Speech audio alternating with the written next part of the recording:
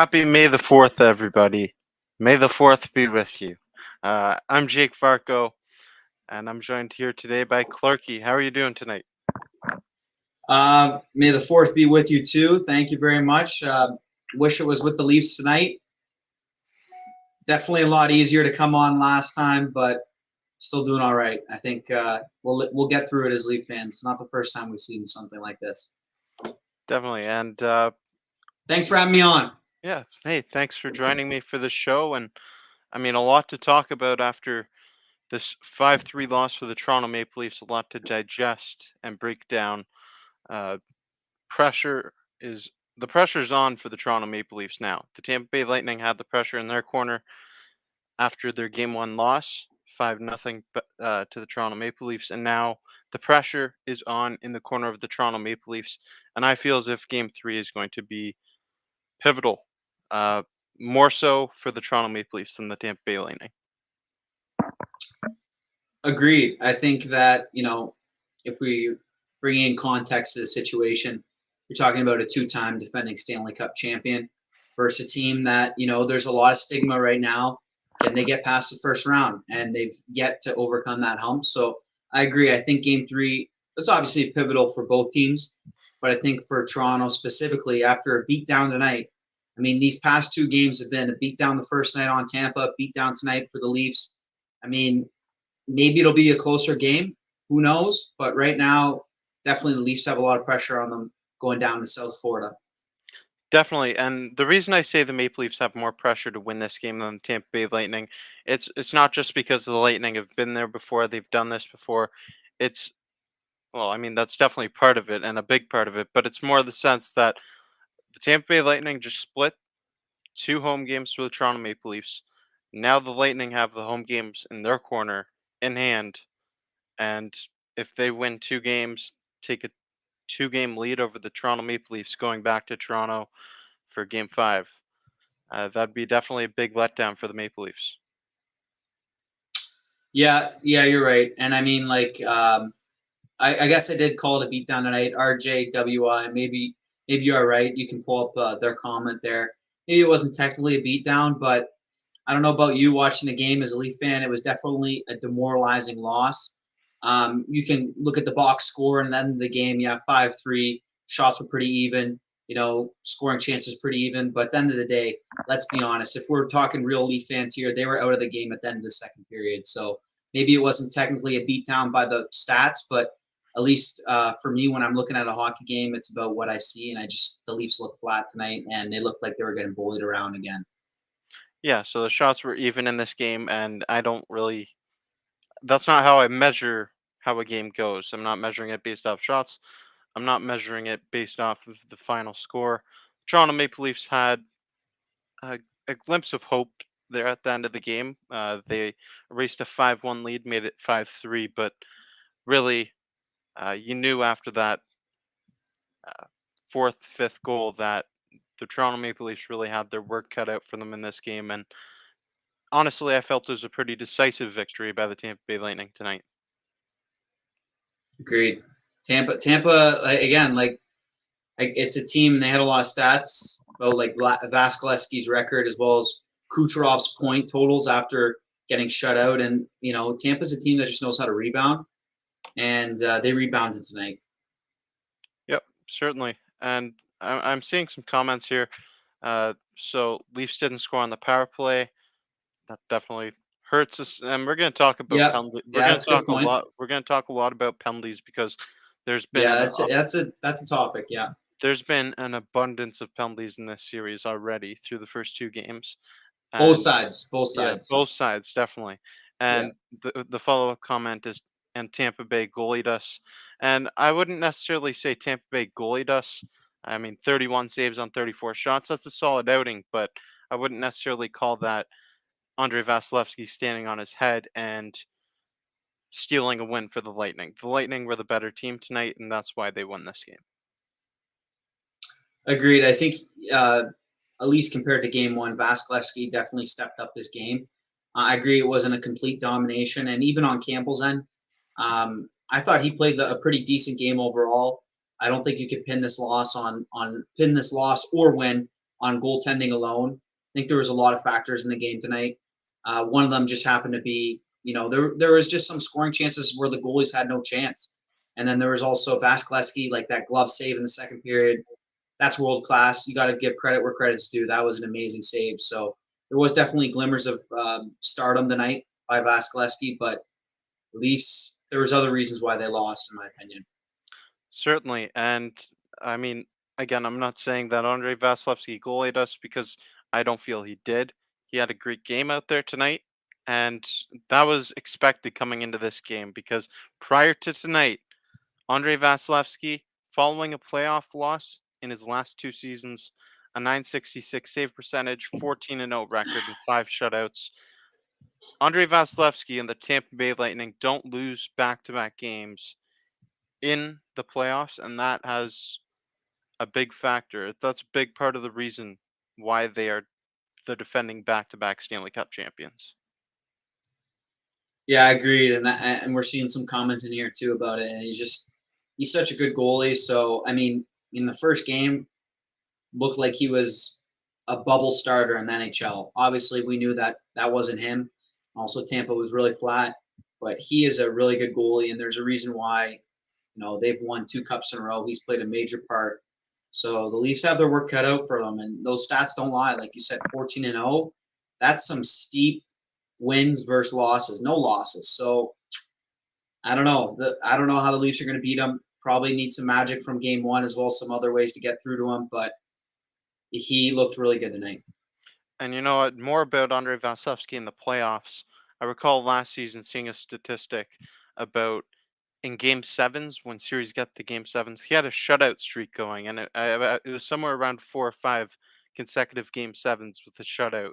I'm not sure if that streak is still going or not, but that's just another example of what this goaltender is capable of doing. He is, uh, in my opinion, the best goaltender in the world. Igor Shesterkin had the best season in the National Hockey League in terms of goaltending, but Andrei When it Vasilevsky, matters most. When it matters most. yep, Andrei Vasilevsky is the guy you want in between the posts if you could Yep. have the pick out of any goaltender in the NHL. Yeah, I agree with you on that. In terms of when it matters most down the stretch, he's proven it recently, and he's just, the way he got brought up in Tampa too, where it was kind of a slow ascending to he became number one goalie and then just started to dominate. But since then, he hasn't looked back, and yeah, he's a clutch goaltender, no doubt about it. But I just want to get to a comment here too, because there's another goalie that played tonight that we got to talk about, Jack Campbell. And Andrew says here, Campbell was hot in the first game and he is slow tonight. What are your thoughts? Well, I mean, a lot of people were saying Campbell was hot last game because he had a shutout, but again, I mentioned this and I kept him off my 3 stars list last game. He made 24 saves. He wasn't really leaned on And in some that of them were victory. pedestrian, right? Yeah, there was a lot of shots to the chest, and he had his opportunities. He made big saves in big moments in that Yeah. game, but what he needed to do was really limited in a 5-0 blowout victory. In this game got away from them. I didn't feel Jack Campbell was awful tonight, and I just feel that the Toronto Maple Leafs need to regroup as a group here. But definitely, I still think that we're putting too much weight into that one in the shutout category after last game. Yeah, I agree. And I mean, like, if you look at Campbell's stats tonight, not pretty. But again, you know, got to look past the stats sometimes. And he had some hard situations tonight, like that first goal. He had no chance in saving that. And even some of the other ones, it just is what it is. It wasn't really a pretty night for him. But you can't put all the blame on him, right? No, definitely not. And I mean, that's the last thing I think the Toronto media wants to do to Jack Campbell if Yeah, they want to see him yeah, succeed. yeah. Definitely. But I think something that's a hot topic in the early going of these NHL playoffs is the amount of penalties that have been taken. And I'm not saying this from a Toronto's perspective. This is something that has been on both ends, both sides, and we've seen it leak over to other playoff series as well. But through the first 2 games of this series, 22 total power plays have been awarded. the Lightning are 3 of 12, the Maple Leafs 1 of 10. So the Lightning took advantage of their opportunities tonight, but 22 power plays through 2 playoff games, uh, I don't like it. Me neither. And I'm not going to say one way or the other for each team. I'm just going to address this in general. But I agree. I think 22 power plays in 2 games. As a referee, I think I don't know about you and everyone in the comments. Share your own opinion. But as a fan watching the game, I'd rather see the players play it out rather than calls dictate the game. Power plays dictate the game. Who's good on the penalty kill? I'd rather see players play it out. We knew this was going to be a rough series. We knew this was going to be a scrappy series. Keith said before the series it was going to be violent. So I don't know these refs. Some of the calls for sure they're penalties. Some of them, but at the same time, 22 penalties in 2 games that really ruins the flow of game. Like Matthews, for instance, in game one, he only played 15 minutes because penalty kill was on all ice on for the first and second period. So I agree. I think there's just been too many calls on both sides. Too many on both sides. Yeah, and there has been penalties taken, stupid penalties taken, such as that Kyle Clifford penalty with 49 seconds Yeah, of ice time in game that one. was a But penalty. that was clearly a penalty, game misconduct, whatever way you want to shape that up.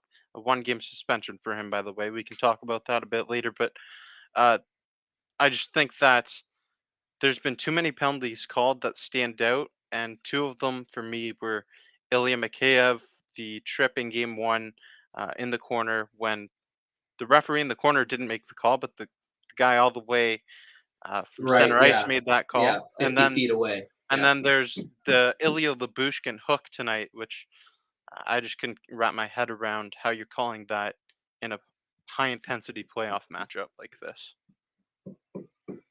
Yeah, and I can't remember. I think there was even a couple that Tampa did where it was questionable. And just yeah, overall, like my main point is that it just ruins the disruption of the game. We're getting some comments in here. Refs need to let them play playoff hockey. Couldn't agree more. Um, Andrew says refs suck tonight. I think again, I don't think either of us or anyone in the comments is saying the refs are one sided because they're not. They're not one sided, but they're just too involved in the game. And I think when refs are too involved in any sport whatsoever, it ruins the game. They need to make calls when they need to, but especially down the stretch in the playoffs, if it's taking up half a period in penalties, that's too much. That's too much. Definitely, absolutely. I mean, far too many, far too many penalties in this series through the first 2 games, and I'd like to see the referees put the whistle away a little bit. But then, I mean, like they've already set the standard as this Yeah, right now. So, yeah, I yeah. mean, it's going to be interesting to see how this officiating plays out throughout the playoffs. But I don't want to see this many penalties in the playoffs. And just some more statistics about this, the penalties and how they're affecting the game tonight. The Tampa Bay Lightning, they had 7 power play opportunities tonight. They were 0 for 6 in the first power play opportunities through the series, and then they went 3 of 6 uh, through the last 6 tonight. And right there, 3 goals, 3 power play goals. Those don't happen. This is a different game. I'm just smiling, thinking, I wonder how much John Cooper emphasized practicing the power play between game one and game two because Tampa's power play looked a lot better tonight, a lot better. And we were talking about this after the post game one. Leafs got lucky in terms of giving Tampa, I think it was how many that game? 5 power plays, and they got lucky in a 5 minute power play. Leafs got lucky. So tonight that luck ran out, and Tampa came out, capitalized 3 for 6. That's really good, and they're looking sharp. So if this penalty issues continue in the game three, could be the same story all over again. And that power play unit on the Tampa Bay Lightning is a power play unit you do not want to give countless opportunities to. The likes of Nikita Kucherov, Steven Stamkos, Braden Point, Victor Hedman, these guys have all had their share of power play success, and they've done it in the playoffs as well. You do not want to give them countless opportunities. Yeah, great players. And this kind of relates to the comment here, the point. If you haven't already, smash that like button. Jake really appreciates it. He grinds win or loss. It doesn't really matter. We're gonna come out here and we're gonna take some heat too. If there's some chirps in here tonight, let them fly. If you're not a Leafs fan, we got to hear it because we're losers tonight. But Arib says, does Simmons sit next game? Two dumb penalties cost us 2 goals. I mean, that depends. Do you want to put Kyle Clifford back in? I don't think the way that these two teams have been heated together, I don't think you take out Wayne Simmons for Jason Spezza. I think the only person that they put in Right, there is right. Kyle Clifford. Like, I think Jason Spezza is going to find his way into the lineup at some point in this series. I don't know who's going to come out for him, but I wouldn't suspect Simmons comes out for Spezza, and then you're left with not much grit on that forward line four. I agree, but I mean, it just seems like with grit, and I don't mean this in a bad way. It just is what it is. But with grit, there seems to be a little bit of stupidity with it. With Simmons tonight, 2 penalties. Kyle Clifford getting kicked out within the first minute in game one. It just seems like the Leafs are kind of almost being too aggressive or trying to make too much of a stand when they send out some of these guys, and it results in these penalties that are just they're going to cost the Leafs. You can't win a playoff series taking 5-6 penalties a night the whole series, right? So I agree with you that it's difficult because if you take Simmons out, who you're going to sub in? But at the same time, there's got to be a conversation in the dressing room saying like, we got to clean these penalties. We got to clean our act up because 2 penalties from one player, and even was it Mikheyev or Kerfoot last game? They did 2 penalties. Mikheyev, I'm pretty sure. Yeah, Mikheyev had 2 penalties. It's unacceptable. Like they got to clean that up. they do have to clean it up, and they know that the referees are calling power. They're calling penalties pretty generously in this series, so they know that they need to tighten some stuff up. But it's going to be interesting to see what adjustments, if any, are made for Game Three's lineup. I'm not sure that Wayne Simmons is a guy you want to take out of the lineup in this Yeah, fair enough. series. We've really seen him get under the skin of his opponents, especially this Tampa Bay Lightning team. He's in the head of Corey Perry, that's for sure. Yeah, he doesn't play much either. Like both games, he's playing under 6 minutes. It's just like again, when he gets on that ice, he plays with a lot of passion, and it's great to have him on the team. But sometimes, the refs are eyeballing him apparently, and sometimes he just takes things a little too far or does something a little off in the ref's eyes, and you know, it's been called. So it's unfortunate, but I'm seeing some Spezza comments too. I think there's a few fans in here who really want Spezza in. I don't see which comment you're talking about, but yeah, Jason Spezza. Bob Clifford for Simmons. He skates better. Spezza for Cash, and then there's also a couple others about Spezza.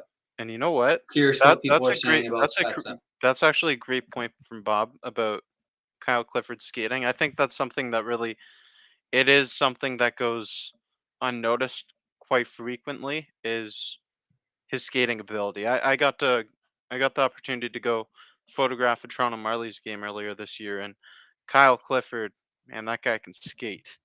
Oh yeah, he's a good player, no doubt. He's obviously NHL player, but yeah, he can skate. Did you see him like stand out on the Marlies in particular? He did stand out on the Marlies. He scored a goal that game. That was against the Val Rocket earlier in the year in February, but he's got some wheels on him. It would really surprise a lot of people, I think. Yeah, he just that hit was just can't do that. You can't hit on the numbers like that. It would have been a nice hit if he was facing him, but it was a dirty play. It was a dirty play. Definitely. And there's a comment from Bob, same comment, but the other part of the comment was Spezza for Kasha just cuz. And if you're putting in Jason Spezza, I don't think Kasha's the guy coming out because Kasha can be a very valuable asset. He's a playoff type of player. Yeah, I think if yeah, it's anyone coming out of the lineup, it's Colin Blackwell, like it or not. yeah, I think yeah, that's who it'd be. yeah. I agree. I agree. I think it's got to be Blackwell. I mean, it's not like Blackwell 6 minutes tonight. Like he's not playing much, not much of an impact. -1. He's not been bad since the Leafs have gone him, but I think if you're going to put Spezza in, you take out Blackwell. Definitely. I mean, the way that you look at it is they do a lot of the same things. They're both centers, lower in the lineup, can play on the wing as well. And it's really, do you want the veteran name of Jason Spezza, someone who he's performed in the playoffs for you past few years, or do you want Colin Blackwell, who he's been a bit of an energizer bunny out there for you ever since they acquired him from the Seattle Kraken? I agree. I mean, and comment section, feel free. I'm going to ask you this question. Anyone in the comments, feel free to answer. We'll pop them up. Or yeah, we can get to this first. Spezza as a playoff player. I changed for Blackwell for Spezza and Clifford for Simmons. So again, NHL for Hunter agrees with Bob. But I was going to ask, like, is the what's the particular reason, in your opinion, Spezza isn't playing? Is it just because his form down the stretch was off and he was in a huge slump? Like, what does everyone think? Why Keith is not selecting Spezza? Do you think it's an injury or something we don't know about, or do you think it's more just like what do you think it is? I don't know exactly, and I'm trying to put my finger on it. It could be an injury, and I don't know that, but I don't personally think that's what it was. What it is that's holding Spezza out of these games right now. I just think it's the fact that Jason Spezza was really not making an impact on this team in the regular season. I mean, he had a couple moments here and there, but I think the impact of the guys such as Blackwell, Simmons, Clifford, the things they can do for you, in the opinion of Sheldon Keefe, it may outweigh what Jason Spezza can do for the Maple Leafs. Fair enough. Fair enough. What do you feel about it?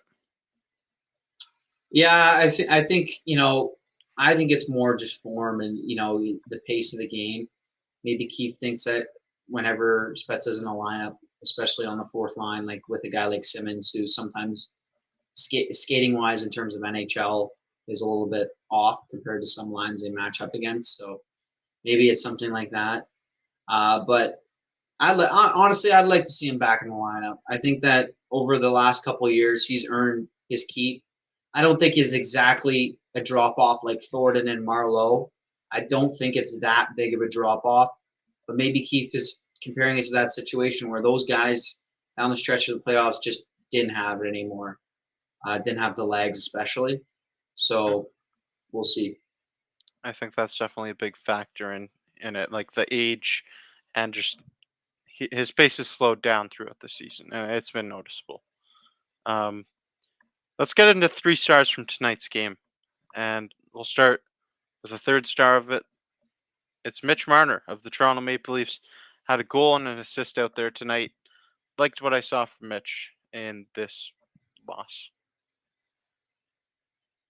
Yeah, if there was one bright spot, I think Marner again. Thing I love about Marner's game is he doesn't need to get in the scrums because his speed and the way he plays the game causes them enough issues that one, they can't catch him, and two, he's always drawing penalties or causing confusion, so they don't even think about hitting him because they're just trying to focus on where he's going to go.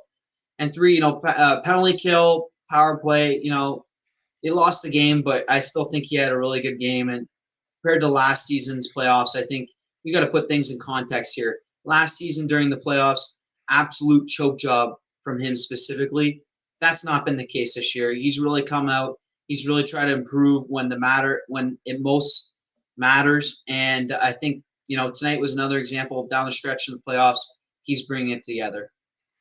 He definitely is, and he's already surpassed his playoff total from last season when against Montreal. He had just 4 assists. So far this series, he has 2 goals, 3 assists. So you like to see him uh, with some individual success, but that needs to translate to team success for the Toronto Maple Leafs, who have been stake bitten, unable to get past this first round for years now.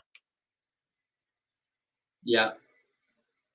Second star of the game from the Tampa Yeah. Bay Lightning. Yeah, I was gonna say it has to be someone from Tampa. You can't put a Leaf Has- on 2 Leafs in a loss. You can't yeah. do that. It is Nikita Kucherov, had a goal and 2 assists out there. This is just these guys are going to pick you apart if you give them power play opportunities, and that's exactly what happened.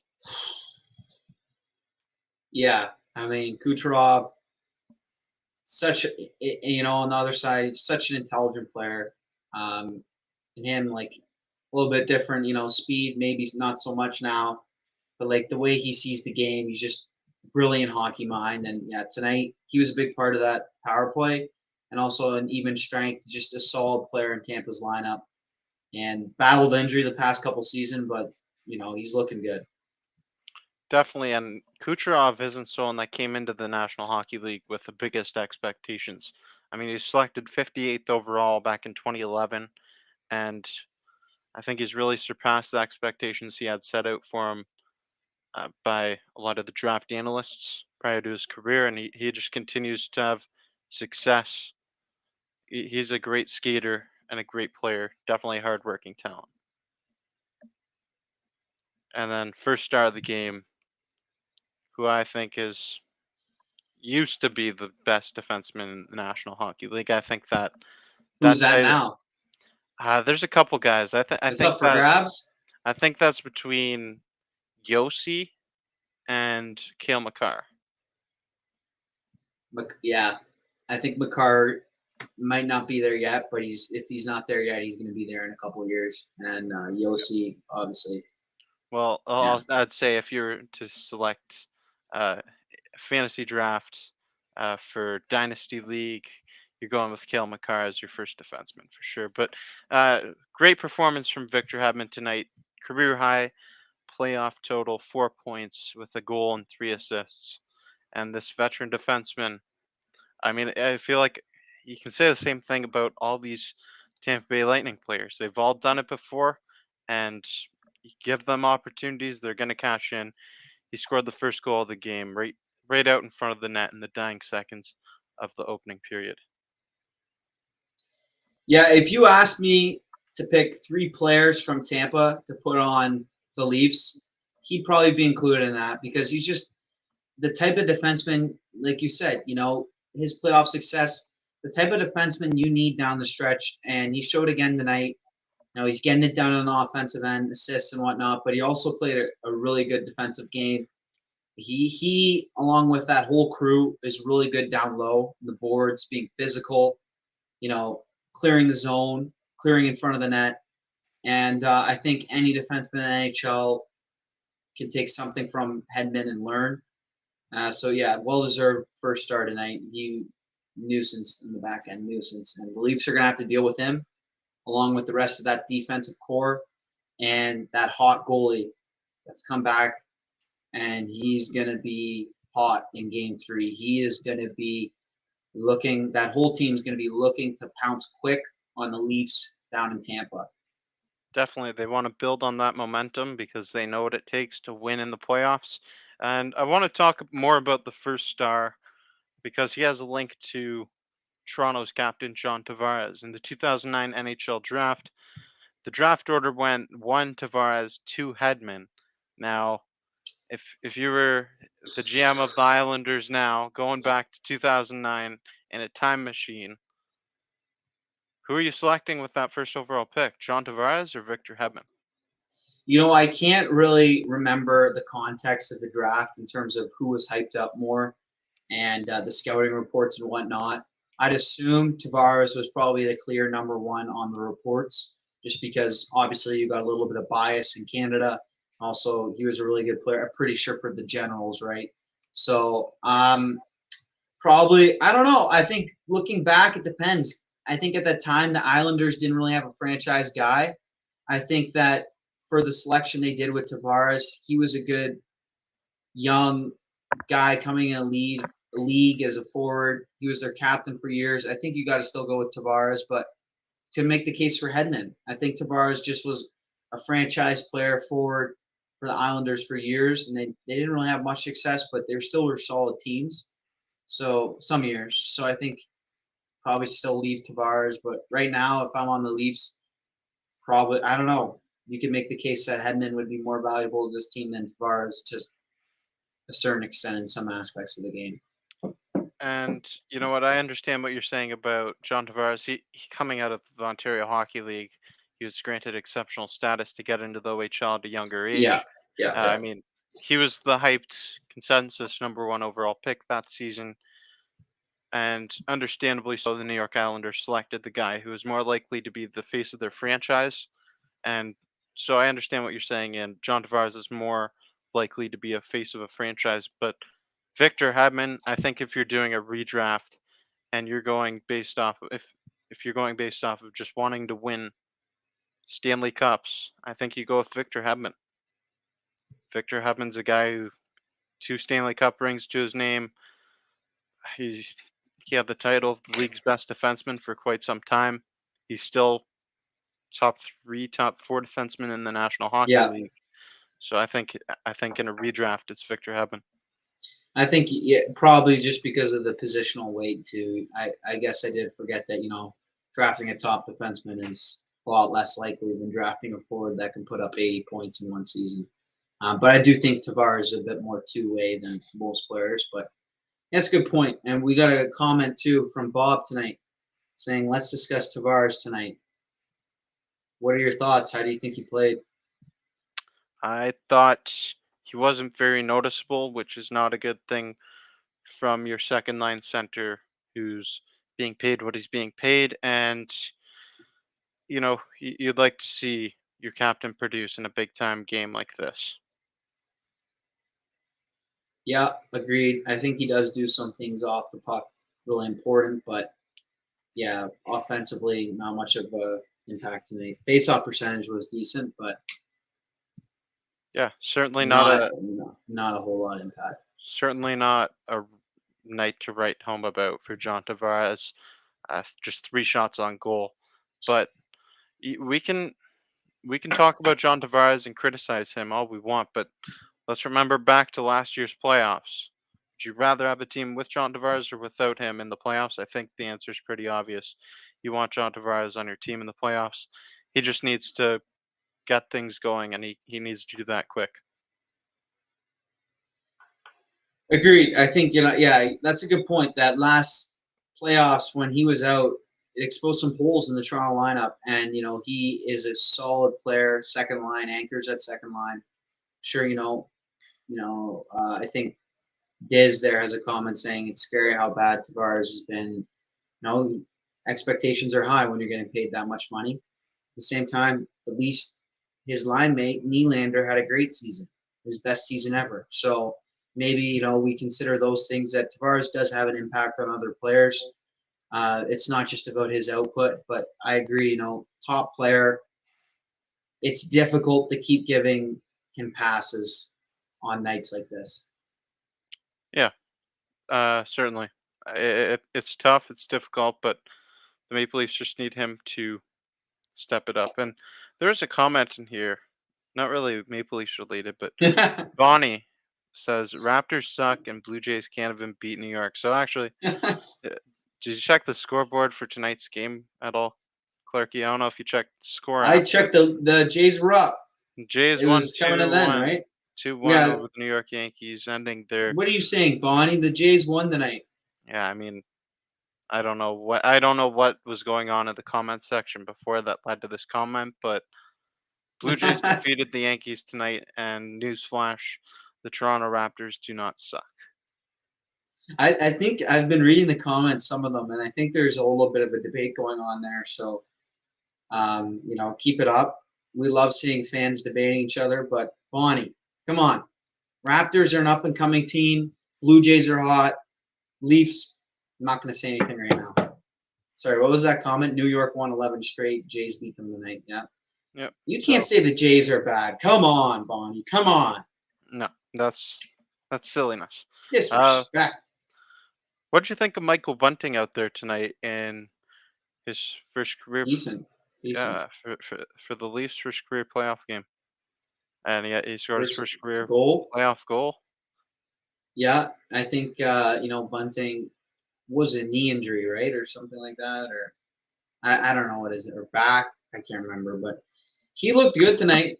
He looked good tonight. I think it's hard to give a lot of the Leaf players compliments when they lose, but Bunting, speed wise, agility, all over the ice like normal Bunting has been the whole season, and a nice goal. That was a nice goal when Matthews. I don't know who he checked in the corner there. Ryan Puck McDonough. kicks out.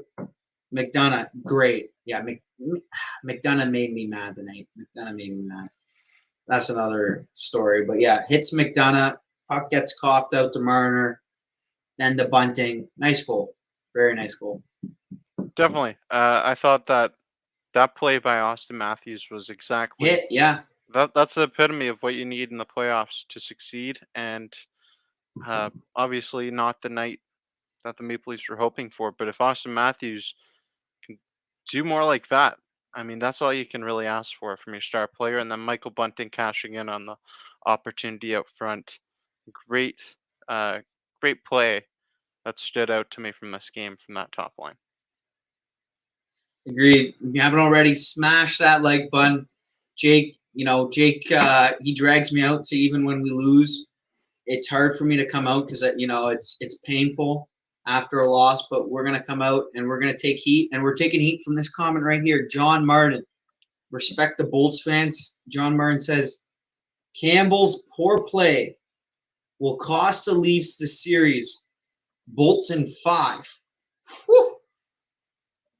Could, Hope he's not right. I hope he's not right. could, could. That's really all I can say. Is it could, but we'll see. We'll see. John Martin says when Campbell is under pressure, he completely sucks and is inconsistent. Uh, inconsistent throughout his career, sure. Under pressure, he completely sucks. I disagree with. And yes, I'm going to go back to last year's first round against the Montreal Canadiens. I did not think he had a bad series at all.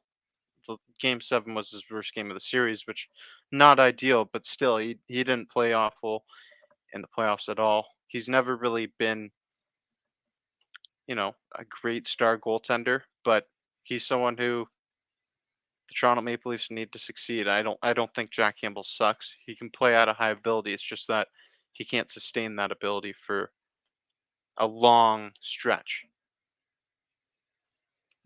Yeah, I agree with that. The only thing I would say about Campbell is that, and knock on wood, just don't want it to happen, but he just looks like a goalie that gets shaken up a lot, um, mentally, in terms of a bad game might throw him off a couple more games sometimes.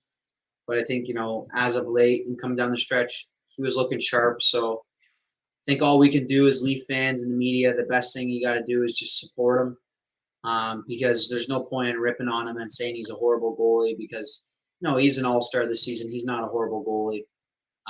John Martin's quoting 5 goals and That's 28 wrong. shots. That's wrong stat though.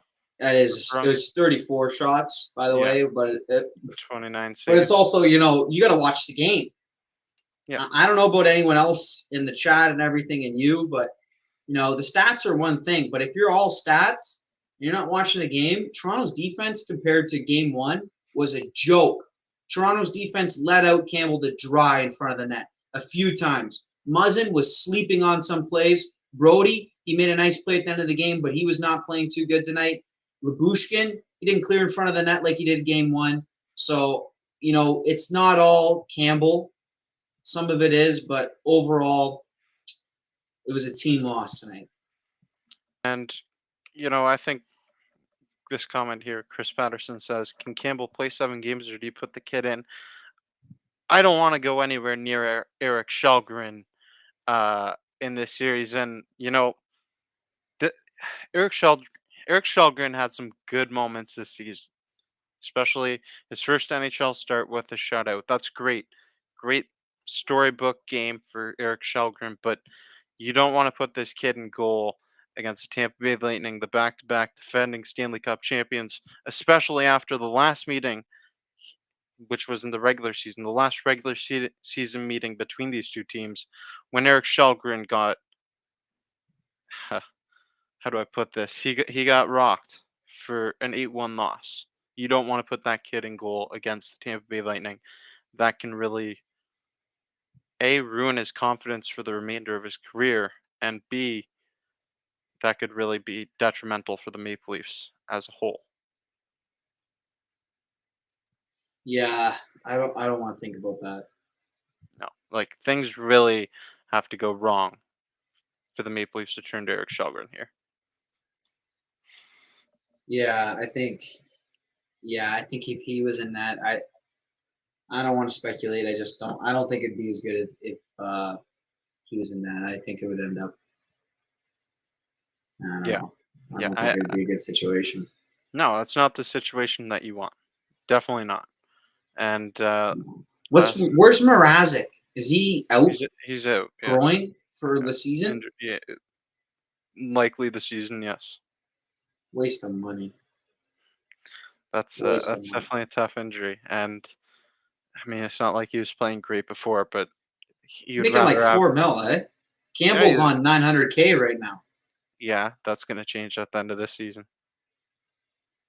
But yeah, so i- it's gonna be interesting to see how things play out. But I don't think Eric Shelgren's gonna see the net in this series unless there's like a real blowout game that's over, and you're just trying to save Jack for the next game.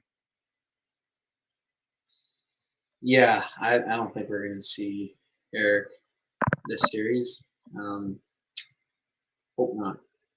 Yeah, definitely don't want to, and it's gonna be a massive game, game three. Uh, the pressure is now in the corner of the Toronto Maple Leafs, as I started off the show by saying it's going to be a big one. They really need a victory at Amalie Arena on the road. They cannot lose two straight going into a game four in Tampa Bay. Yeah, I mean, I've seen some comments here too. A lot of Leaf fans vouching that there's going to be a lot of Leaf fans at the game in Tampa. I'm curious what you think. I think that, there's obviously some snowbirds down in Florida that come from Canada, specifically Ontario, and all around Canada that are probably Leaf fans. So I think they may be at the game. But I'm not sure what the turnout's going to be. It's kind of hard to tell because both colored jerseys, right? They're both blue. But do you think there's going to be a lot of Leaf fans in Tampa tonight, or not tonight, Friday night? Or do you think it's going to be mostly a hostile environment? The crowd's going to play a factor. Yeah, I would expect a lot of Leaf fans, but that being said, Tampa, I mean, this is a team that's won back to back Stanley Cups. So they've got a fan base of their own down there. So, I mean, I'm not so sure that it's going to be like a game in Buffalo where you're hearing "Go Leafs, go." You might hear it faintly, but I don't think it's gonna be really over the top noticeable. I might be wrong though. Yeah, I agree. I think that there's going to be some Leaf fans there for sure. But, I don't know about you tonight. Um, I wasn't so impressed with the crowd. I think the crowd on Monday night came out firing.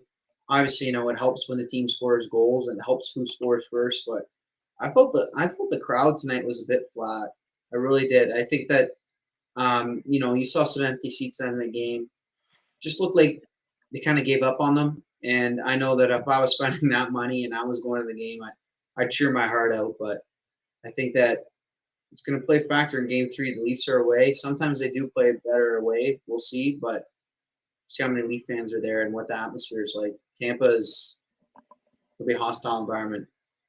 Tonight the crowd, yeah, it wasn't like game one, that's for sure. Game one, once Austin Matthews hit the ice, you hear MVP chants going off, and then you hear after the Kyle Clifford initial hit, the first hit before he made the dirty hit from behind, the crowd erupted for that. Moments later, he makes a boneheaded play. And then after that 5-minute major penalty kill, the crowd really got into the game and got behind the troops, got behind the Maple Leafs there. So it's like, Loops, troops. yeah. So it's like, um, I feel a lot of the energy from game one came based off of that successful penalty kill.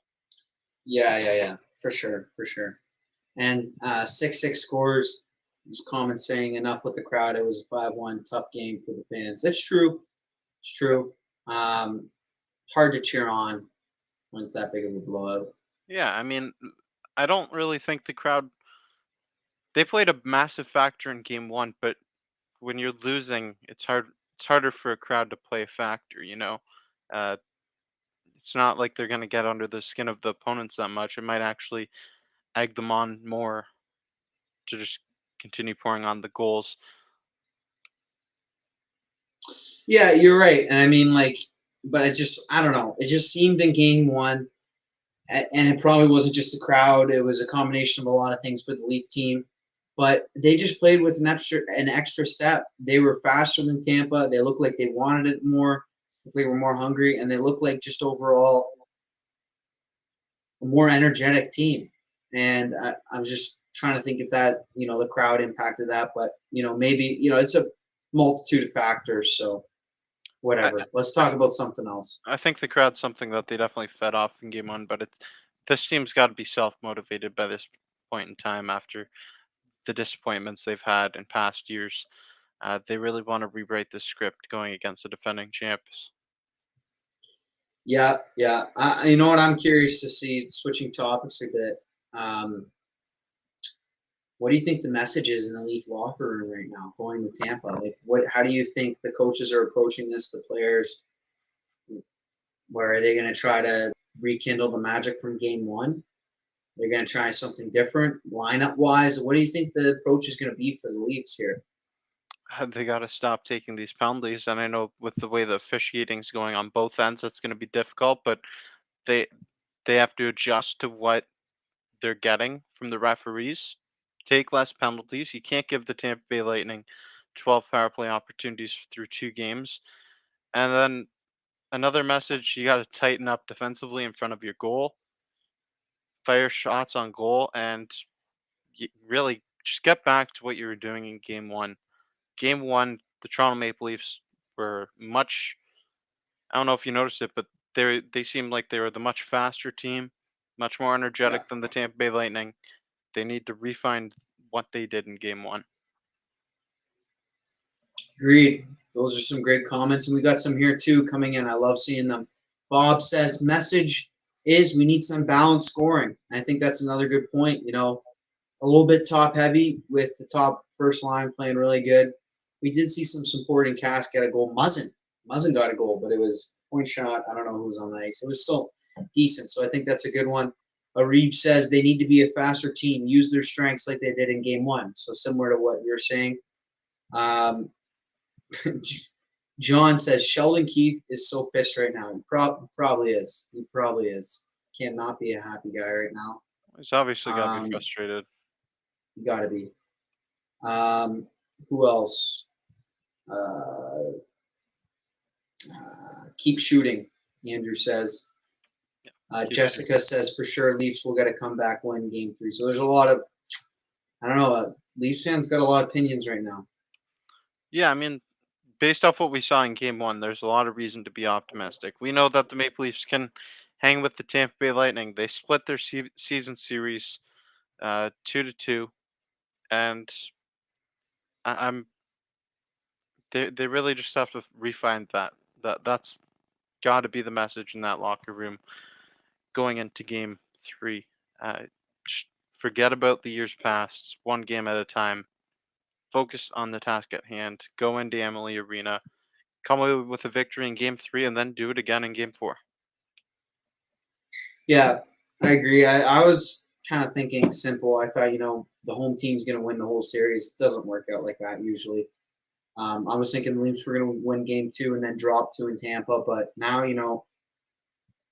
this is why I hate This is why I hate playoffs, because if the Leafs lose game three, it's going to create a mountain of pressure. Right now, I think it's a hill, but if the Leafs lose the next game, it's going to be a mountain of pressure on them. So I think, like you're saying, there's got to be a lot of messages to change. And there's also some comments here about the refs. We'll see what the refs do game three.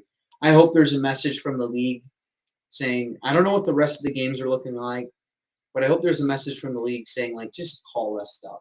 Just call us stuff in general. Doesn't matter for each team. Just don't make as many calls. Let them play a bit more. I hope Yeah, there's a message about that. gonna be We interesting to. we got 135 penalty minutes in 2 games. We Wow, got 22 penalties given out in 2 games. that's really eye-opening through 2 games of a playoff series.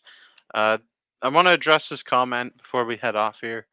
John Martin says Stanley Cup teams start goaltender outwards, and I agree with this statement. This is something that I've been really discussing a lot on this show. Joe, you can attest to that. We've had talks about teams that have won Stanley Cups in recent years. You've got you can go back to Pittsburgh when they had Marc Andre Fleury, Matt Murray, uh, Jordan Bennington had a great year when the St. Louis Blues won the cup. Vegas, I know they didn't win, but they had a solid goaltending duo with Oh yeah, for sure. You Robin go Lehner, down the list. You can't Leonard, think of one. Marc Andre Fleury. There hasn't really been a team with poor goaltending to not win a No. Stanley to win a Stanley Cup.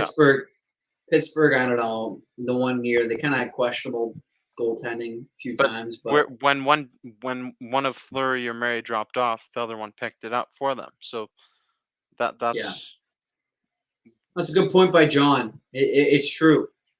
It's true. Like you got to give me an example where a team won with like a bottom.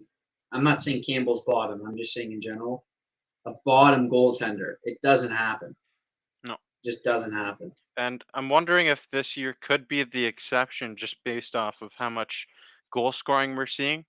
But I wouldn't bank on that being an exception because of the way the game changes in the playoffs. Yeah, I agree. The game is played completely different, and I think we saw tonight a bit. The physicality on a few goals, the physicality opens up the ice a bit more too. You see big hits. Guys are kind of at sometimes with the penalties and all the hits. We have 170 hits in 2 games. That creates a lot of open ice, and goaltenders are relied on a little bit more. And I think it just emphasizes you need the goaltending to be solid for your team to go deep. Look at Definitely. Tampa. You said it. Vasilevsky, when it matters most, probably still the best goaltender in the world. Maybe not during the regular season, but they've won 2 times in a row now because he is absolutely clutch performer. And the Leafs are going to have to deal with that, and they're going to need some clutch performance out of Campbell, but they're also going to need it from the rest of their team too. Definitely. What they need from Jack Campbell is to try to regain his early season form, the first month of the year when he was dominant. And the Toronto Maple Leafs in front of him need to be tighter defensively, not allow these breakaway opportunities, odd man rushes. You don't A want to lot be of odd allowing man that stuff. rushes. And you also don't want you want to clear out front of the net better to give your goaltender a better chance to make saves and also try to adjust to what the referees are calling out there on the ice.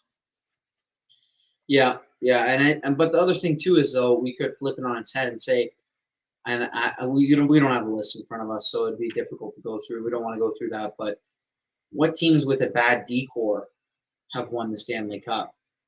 Like you still need a solid, at least top 4 defense, Yep. a solid. And I do think the Leafs have that. It's just a matter of are they going to play with that intensity, and are they going to act like it's top 4? Because right now the Leafs top 4. I mean, you got Labushkin number 1 line, maybe okay, but it's a little bit more evened out. Still though, with Giordano, the addition of Giordano, do you think? Well, we can get into this. Do people think Sandin's going to come in the lineup now? Is Sandin coming back? What about Hall? Like we got depth pieces that are on the side that were pivotal throughout the season. So, we have to think about what the Leafs are going to do with their defense and the players that are sitting on the sideline right now. I like the keeping Justin Hall out of the lineup. He's someone that you can fill him in if needed. If someone goes down with injury, and Rasmus Sandin, I still don't have an update for you on the injury front there. Right. But yeah, Yeah. It says, oh God, not Hall. I mean, yeah, I feel bad for Hall a bit, but yeah, I don't think we're gonna see. I don't know. I He, don't think he he's is he's a just fan. he's just too inconsistent because sometimes he really stands out. Okay, when he stands out, it's not a good thing, but when he doesn't stand out, it's a good thing, and that's probably not a great thing for Justin Hall. Yeah, Liljegren's had. I think Liljegren's played well. I think Yep. Liljegren's played pretty well. Yeah, he's really stepped up his game uh, through the later stretch of the regular season and here in the playoffs as well. But Friday night, Game Yep. 3, 7:30 p.m. at Amalie Arena in Tampa Bay. That's going to be a big game, big matchup between these two Atlantic Division rivals. And if you haven't already, please make sure you smash the like button, hit the notification bell to be notified every time new content's being released on Maple Leafs Media. Going to be doing another post-game show Friday and throughout the entire playoffs for as long as the Maple Leafs are going to be in it. Uh, we'll see how long Hopefully that till is, then. potentially. I'll be doing post-game shows every single time. So if you like this video and you're not subscribed already, hit that notification bell to be, you know, stay up to date on the latest going on here. Clarky, thank you for coming on tonight. You have your closing words for the viewers.